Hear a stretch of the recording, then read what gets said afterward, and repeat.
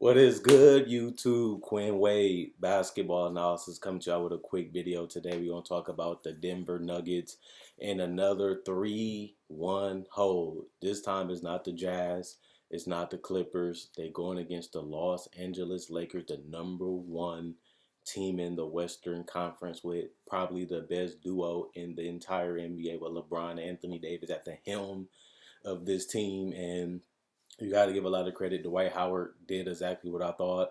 Play good defense on Jokic, make him work, make shots tough, protect the rim to the best of his ability. He's a little kooky, so he's gonna do a little dumb stuff and get fouls and get all this crazy stuff happening. And obviously, you got AD getting 30 points again, showing that he's absolutely unguardable, especially if that jump shot going. If he's hitting jumpers, you can't stop him from getting to the rim because he's so fit, so quick, so fast, so mobile. And once he's hitting that mid range and once he's hitting those fadeaways, there's nothing you can really do.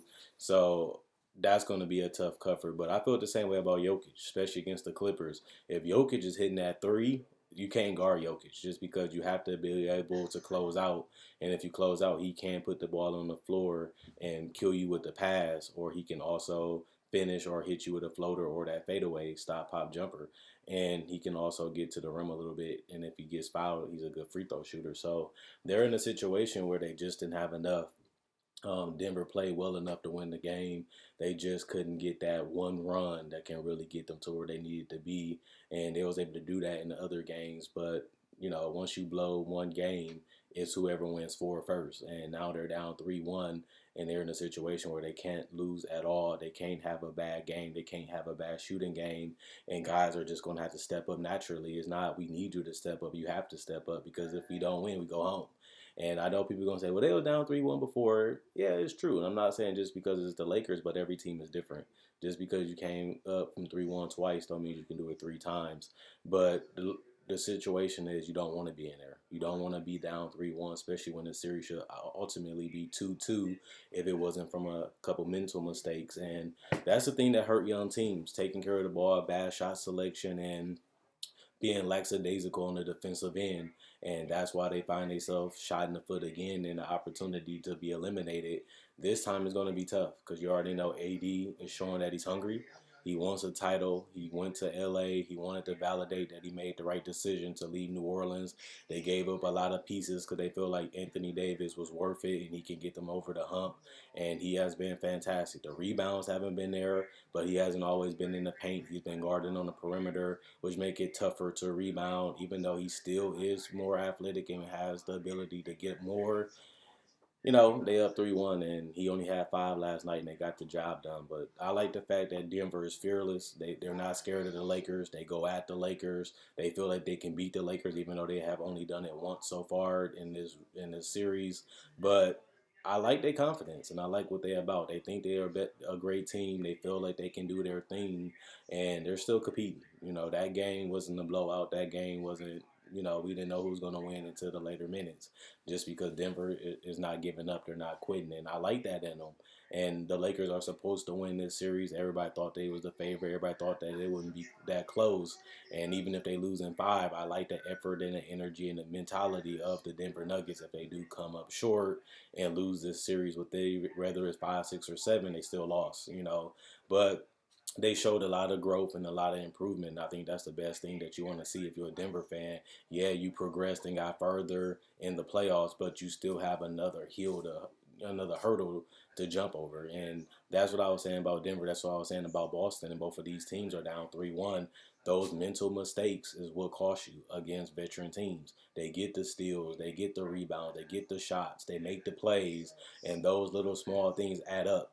And those little small things could be the reason why you lose. And that's what we're seeing right now with both Denver and the Celtics. They're killing themselves just because they have to grow, just because they have to learn, just because they have to go through this rocky road to get to where they need to go in the future if they reach it. And like I said, just because you're young, just because you're up and coming, don't mean you're going to win a championship. Like I said, we've seen Kevin Durant, Russell Westbrook, James Harden all come together.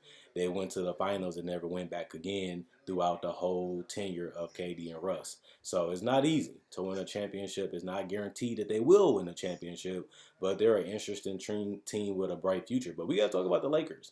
They have become one of the toughest team to beat. Their defense has got a little exposed in a couple series, but it holds up enough to make things tough, to make things difficult. And even though they make their mental mistakes, it's not as bad and costly as we see teams like Denver and the Rockets was doing. And the Lakers are a team that will punish you for your mistakes. They will get out in transition. They will hit you with the threes. They will hit you with the lob dunks. And those things are easy, quick, non-hard points that gets the team excited, that get the team confidence. And those are the plays and those are the things that can really tilt a game, tilt a series in the favor of the Lakers. And here they are up 3-1. And now they just have to play one more game, one more fourth quarter, really, and close out the Nuggets. And they have a chance to go to the finals and tie the Boston Celtics with 17 championships if they do beat Miami or Boston, whoever comes out the East. And LeBron will get his first title with the Lakers. He will submit that he made the right decision going to the Lakers, and AD will make the right decision getting traded from New Orleans and validating it by winning a championship and even possible Finals MVP. And this will go down as one of the best duos in the game, just because they did accomplish a championship possibly in the first season that they played together, and we don't know what's going to happen with the future. I still think they got to tinker the roster in the future because LeBron is going to get older. He's going to be less mobile. He's already settling for more mid ranges and more threes because he's just not the same athlete that he was before. He's still an exceptional athlete, but he's not that same guy 5, 6 years ago, and he shouldn't be. I'm not disrespecting him. I'm not dissing him. It's just facts. And he was doing that even against Golden State. And now it's a more apparent later in his career. And you know what?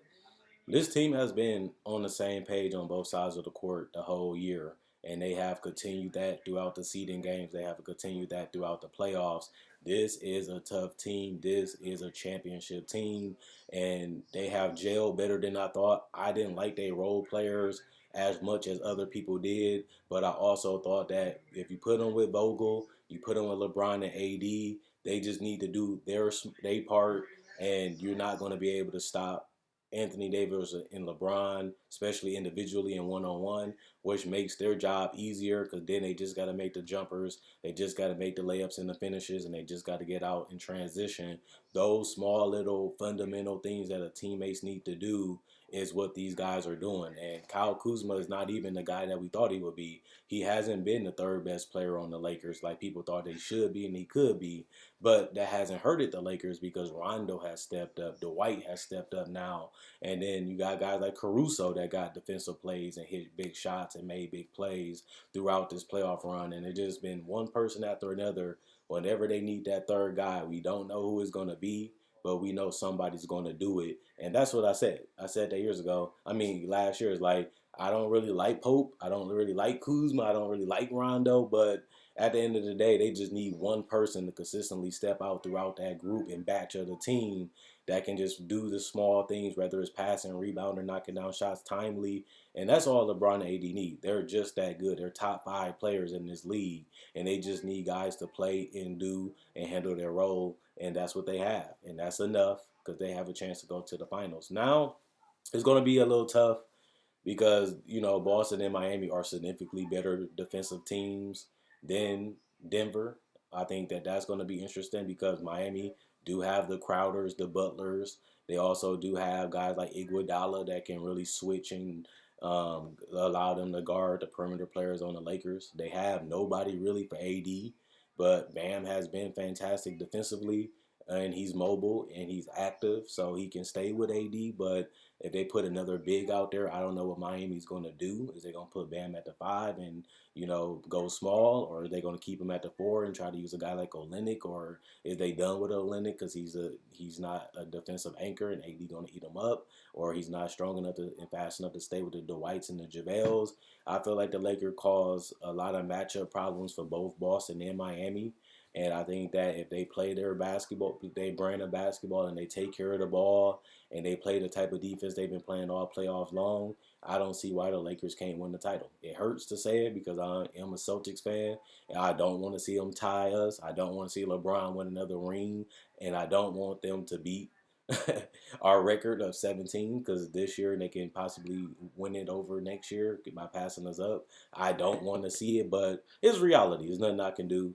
this is the game. This is how it's played, and if they win, they win. I don't like it, but ain't nothing I can do about it but just laugh and say, man, we might be tied with the Lakers. They finally, after all these decades, they finally have a chance to tie us and possibly pass us this generation. Never thought I would see it, especially when we got Kevin Garnett and them. I thought we would win multiple. We only won one. Then they won two back to back with Kobe, and now they have a chance to tie us.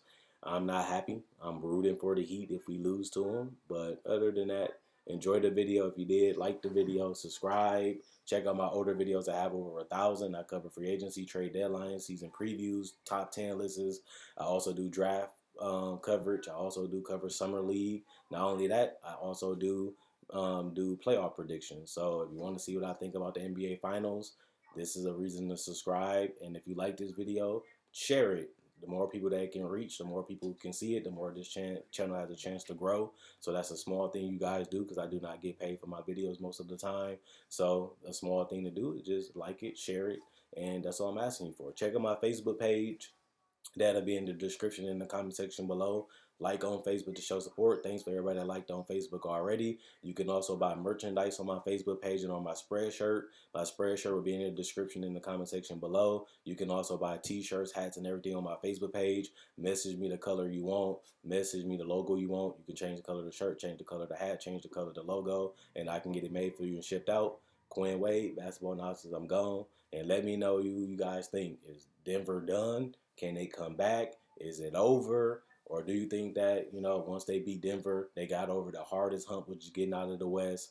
Now they just got to play whoever coming out of the East, and the Lakers will win the title? Or do you think they'll lose to the Heat? Do you think the Celtics can beat them if they come back from 3-1? Whatever you feel, let me know in the comment section below. I read every comment. I love seeing what you guys write. Quinn Wade, basketball analysis, I'm going. I'll come back tomorrow with another video.